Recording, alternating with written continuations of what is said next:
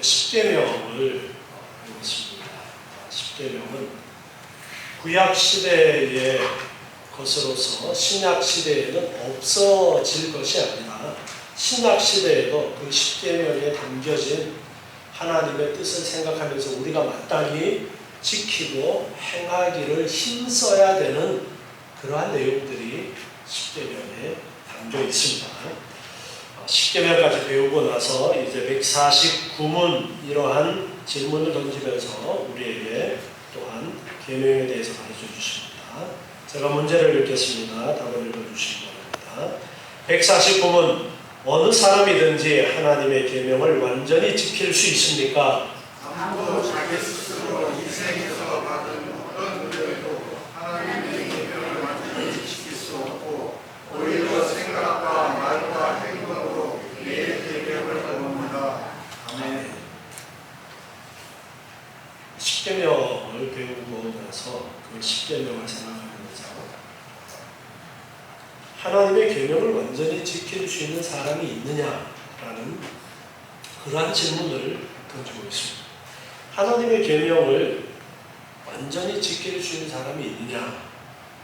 거기에 대한 답으로서 아무도 자기 스스로 이 생에서 받은 어떤 은혜로도 하나님의 계명을 완전히 지킬 수 없고 오히려 생각과 말과 행동으로 매일 계명을 범한다 이렇게 가르쳐주고 있습니다.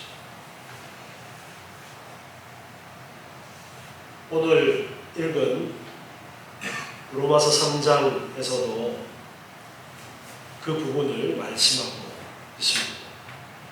무릇 율법이 말하는 바는 율법 아래 있는 자들에게 말하는 것인데 모든 이불을 막고 하나님의 심판 아래 있게 하려 합니다 라고 말씀하고 있습니다.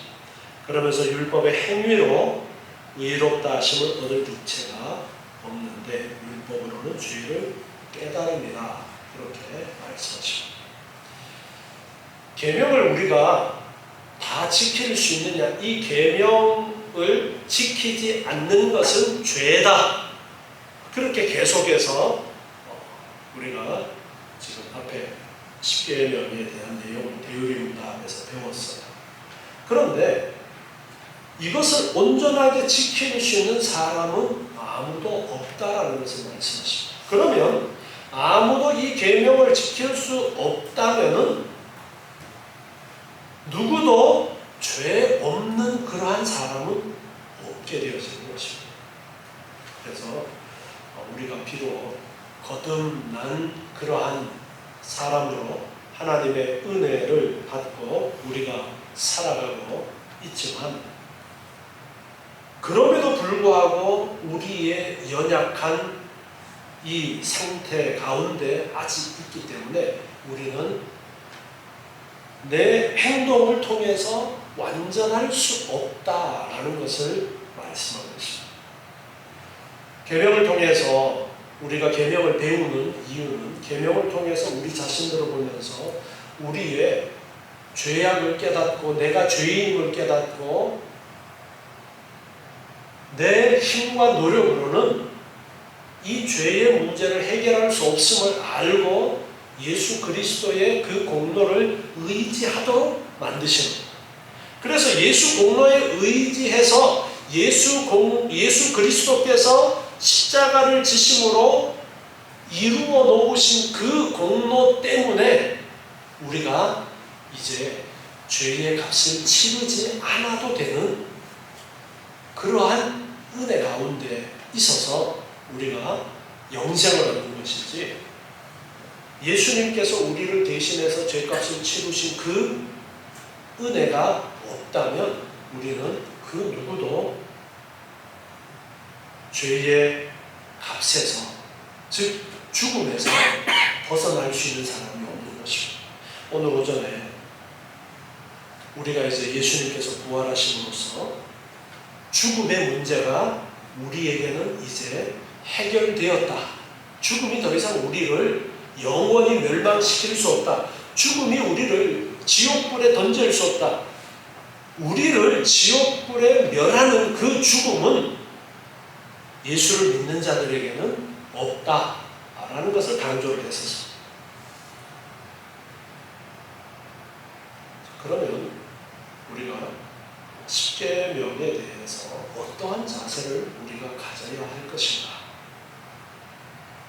우리가 아담과 하와의 범죄함으로 말미암아 아담과 하와의 일반적인 생육법으로 태어난 모든 인간은 원죄를 가지고서 이 땅에 존재하게 되었습니다. 그래서 우리도 역시 아담과 하와의 선악과 따먹은 그 죄에서 자유로울 수가 없어요. 그래서 갓난아이라 할지라도 죄의 값인 사망에서 벗어날 수 없는 존재들입니다. 그런데 우리는 예수 그리스도의 공로로서 예수를 믿는 자는 심판을 받아야 받지 않아요? 심판을 받지 않았습니다. 예수님께서 대신 죄값을 치르고 주셨기 때문에 예수를 믿기만 하면 그 사람은 죄의 값을 묻지 않겠다 하셨습니다. 자, 그러면 이제 우리는 예수를 믿음으로 거듭난 사람이 되었어요. 새롭게 태어난 사람이 되었어요. 새롭게 태어난 사람은 원죄와 상관이 있어요, 없어요? 원죄와 상관이 없어진 그러한 은혜 가운데 있게 되었습니다. 그래서 아담으로 말미암아 우리가 존재하게 되었지만 이제는 예수 그리스도를 믿음으로 예수 그리스도로 말미암아 새롭게 태어난 그러한 사람들이 되어진 것입니다. 그래서 우리는 예수를 믿지 않는 사람들과 다른 존재들입니다. 그렇지만 우리에게 십계명은 지키라고 주신 거예요? 그냥 보기만 하라고 주신 거예요? 지키라고 주신 것입니다. 거듭난 사람의 양심에는 하나님의 말씀을 따라 살아야 한다라는 것에 대한 그러한 마음이 있습니다. 거듭나지 못한 사람은 그러한 마음이 없습니다. 양심이 화인받은 상태에 그대로 있습니다. 양심이 살아있는 우리는 하나님의 말씀이 이러하다라는 것을 배울 때에 그 말씀대로 살아가야 된다라는 것을 알고 노력하게 됩니다. 우리 안에 생명이 있기 때문에 성령 하나님께서 계속해서 우리를 깨닫도록 하시는 도우시는 또한 은혜가 있기 때문에 우리는 이런 말씀들을 배우면서 이것이 죄구나. 우리가 이렇게 살아서는 안 되지. 하나님이 기뻐하시는 뜻을 따라 살고자 노력해야지라는 그러한 마음이 우리 가운데 생겨나는 거예요. 그러한 마음이 생겨나지 않는 사람은 아직 거듭나지 못한 상태에 있을 수도 있습니다. 그러나 거듭난 자는 그러한 말씀을 배움으로써 더욱더 그렇게 그 마음이 살아나도록 성령 하나님께서 이끄시는 거예요. 그래서 우리는 그 성령 하나님의 인도하심을 따라서 이제 배운 바 말씀들을 따라 살아가고자 애쓰는 그러한 사람들로 바뀌어진 거예요.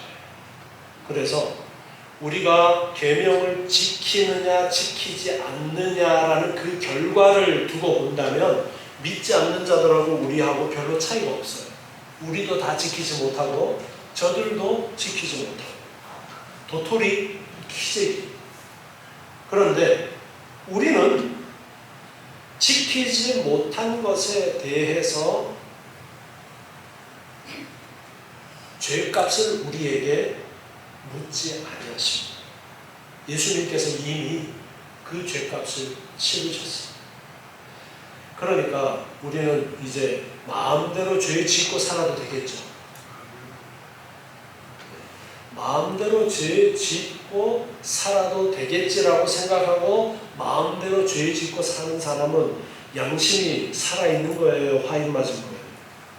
양심이 살아있지 않은 사람이에요. 그 사람은 거듭난 사람이에요? 거듭나지 못한 사람이에요? 거듭나지 못한 사람이에요. 거듭난 사람은 그런 마음을 가질 수가 없습니다. 계속해서 우리 안에 부딪혀 오는 것이 있습니다. 우리 안에 성령님이 영원토록 함께 하신다고 그랬어요. 우리 안에 성령님이 함께 하시면서 계속해서 부딪혀 오는 문제들이 있는 거예요. 아, 그렇게 살면 안 되는데, 이렇게 살기를 힘써야 되는데, 하나님께서 기뻐하시는 뜻대로 살기를 힘써야 되는데, 내가 이런 일들을 해야 되는데라는, 우리가 계명을 배우면서 적극적인 부분과 소극적인 부분에 대해서 배웠잖아요. 적극적으로 하나님의 계명을 지키고자 애쓰는 그러한 삶을 살려고 하는 마음이 우리 안에 있는 것입니다. 그럼에도 불구하고 우리가 이 땅에서 사는 날 동안에는 연약한 육체를 아직까지 가지고 있고 사단이 끊임없이 우리 가운데 역사하기 때문에 넘어지고 또 넘어질 때도 있는 거예요. 그런데 중요한 것은 의인은 7번 넘어져도 어떻게 되어진다고요? 8번째 다시 일어난다라는 차이를 가지고 있는 것입니다. 구원받지 못한 자는 그냥 그걸로 끝이에요. 넘어져서 끝입니다. 더 이상 일어나지 못합니다. 그런데 택함받은 자들은, 구원받은 자들은 내가 연약해서 범죄하는 자리에 들어갈 때도 있지만 마지막에는 결국 다시 일어나서 아버지 하나님 앞에 돌아온다라는 그러한 차이점을 가지고 있는 것입니다.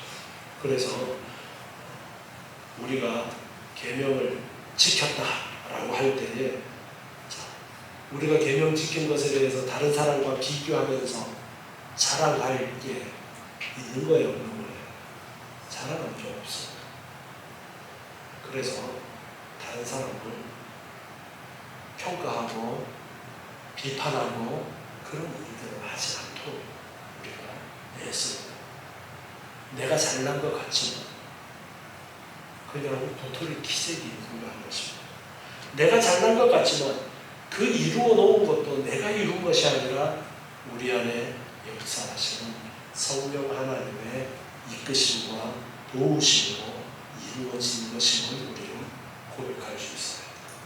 그거 고백하지 못하는 사람은 교만하게 내가 이걸 이루었어 그렇게 자랑합니다.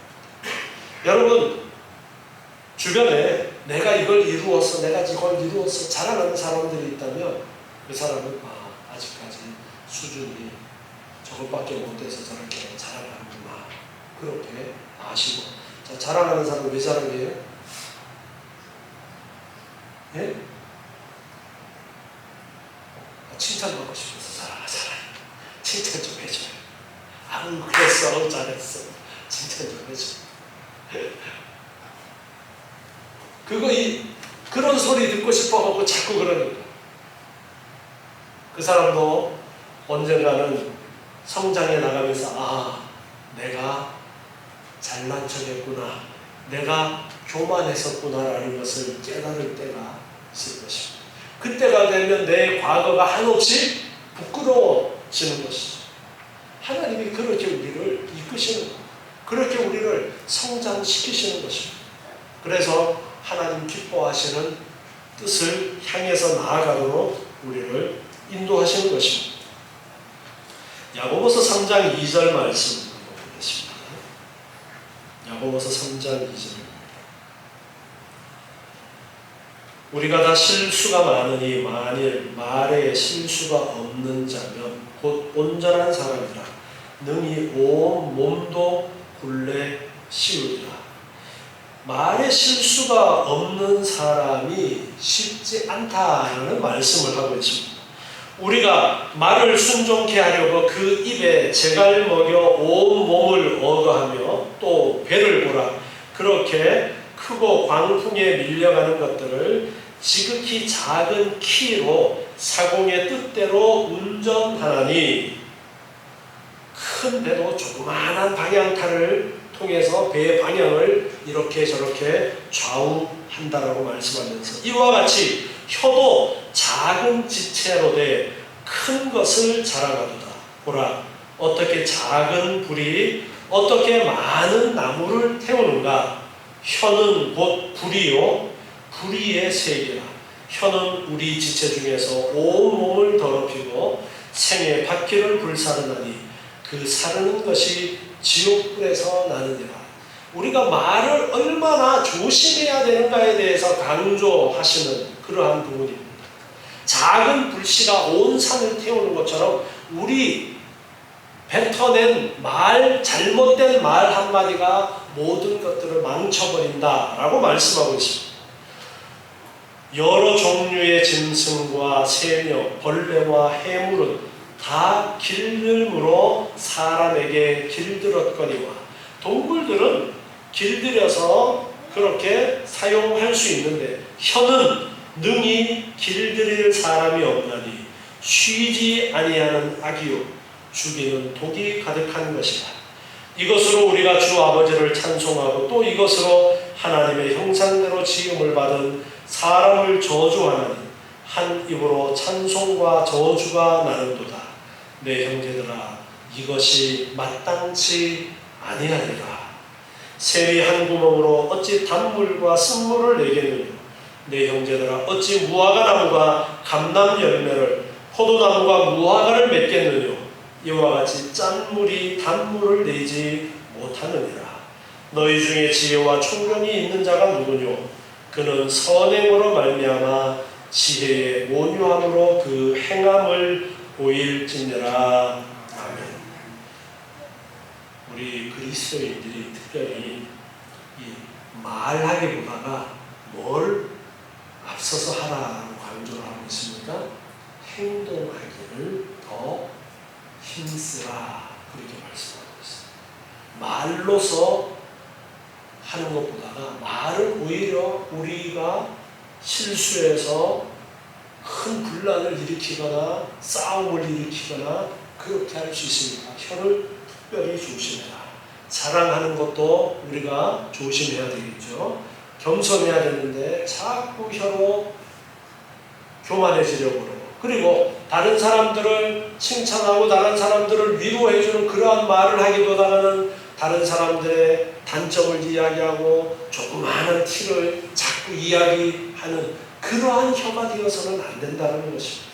오히려 감싸주고 그를 위해서 기도해주고 내가 먼저 행동으로 베푸는 그러한 삶을 살기를 힘써라, 그렇게 말씀하고 있습니다.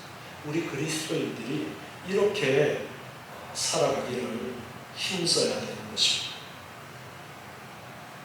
비록 우리가 온전하지는 못해도 이 땅에 우리의 육체가 살아있는 그날까지는 끊임없이 이렇게 하나님의 뜻을 따라 살기를 노력하고 또 노력하고, 부족하기 때문에 기도하고, 또 내가 무엇인가를 다른 사람들을 도와주고 싶은 마음이 있어도 내가 능력이 부족하고 가진 것이 없고 그럴 수도 있습니다. 그럴 때는 그를 위해서 기도함으로써 우리가 도와줄 수가 있는 것이죠. 이렇게 비록 우리가 온전하지는 못하더라도 매일매일 하나님의 뜻을 따라 성장하려고 애쓰는 그러한 삶을 살아야 된다는 것을 기억해야 되겠습니다.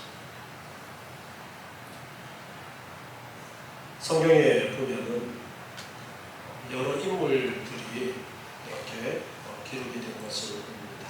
그런데 참 훌륭한 믿음의 사람이었다 하는 사람들도 실수하는 모습들을 보게 됩니다. 대표적으로 다윗을 우리가 볼 수가 있습니다. 다윗도 참 하나님 앞에 솔로몬보다가 다윗이 더 크게 사랑을 받은 그러한 사람이었지만 실수하는 그런 모습들 봅니다. 바울도 자기 자신을 향해서 고백하면서 오라 나는 곤고한 사람이로다, 그렇게 고백했던 것을 볼 수가 있습니다. 제자들도 베드로도 때로는 실수하는 그러한 모습들을 우리는 사도행전에서도 보게 됩니다.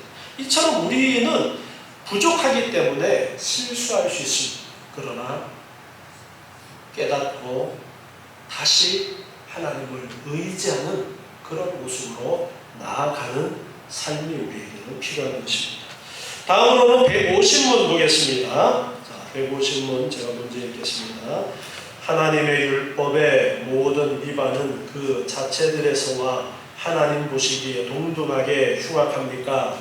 하나님의 율법의 모든 위반은 동등하게 흉악한 것이지만 어떤 죄는 그 자체에 있어서 여러 가지 가까이 요소가 있기 때문에 하나님 보시기에 다른 죄보다 더 흉악합니다. 아멘. 여기는 이제 율법의 모든 위반에 대해서 말씀하면서 하나님 보시기에 똑같이 하나님이 여기시느냐라는 그런 질문을 던지고 있습니다. 그런 질문에 대해서 어떤 것은 하나님께서 더 중하게 더 무거운 죄로 그렇게 평가하시는 것들이 있다라는 것을 이제 151문 이렇게 계속해서 이제 배우게 되는 그러한 내용입니다. 더 중하게 보시는 부분들이 있다. 똑같이 보는 것이 아니라 더 중하게 보시는 그러한 부분들이 있음을 말씀하고 있습니다. 그래서 그 내용은 이제 다음에 배우도록 하는데요. 요한 1서 5장 16절 말씀을 보겠습니다. 요한 1서 5장 16절 누구든지 형제가 사망에 이르지 아니한 죄 범하는 것을 보거든 구하라. 그러면 사망에 이르지 아니하는 범죄자들을 위하여 저에게 생명을 주시리라. 사망에 이르는 죄가 있으니 이에 대하여 나는 구하라 하지 않노라. 모든 우리가 죄로되 사망에 이르지 아니하는 죄도 있도다. 자, 여기에서 사망에 이르는 죄라는 말씀을 하면서 다른 죄들보다가 이 죄는 더 무겁다라는 그런 말씀을 하시는 것을 보게 됩니다. 결국 사망에 이르는 죄라는 것은 불신자, 택함받지 못한 자 가운데서 나타나는 그러한 것을 말씀하시는 것인데 어떻든 죄에 대해서도 경중이 있음을 말씀을 하면서 죄의 무거운 것과 좀 가벼운 것 더 무겁게 여기시는 죄들 그러한 부분을 이제 다음 주에 151문에서 같이 배우도록 하겠습니다. 오늘은 150문까지 하면서요. 이제 우리가 계명을 다 지킬 수는 없지만 이렇게 죄에 대한 좀 더 자세한 부분들을 생각하면서 우리가 어제보다는 오늘이 오늘보다 내일이 좀 더 성장으로 나아갈 수 있도록 우리는 힘쓰고 연약함을 내려놓고 하나님께 기도하면서 우리를 도와달라고 날마다 기도하는 삶을 우리가 살아야 되겠다라는 것을 우리는 늘 기억해야 하는 것입니다. 기도하겠습니다. 하나님 감사합니다.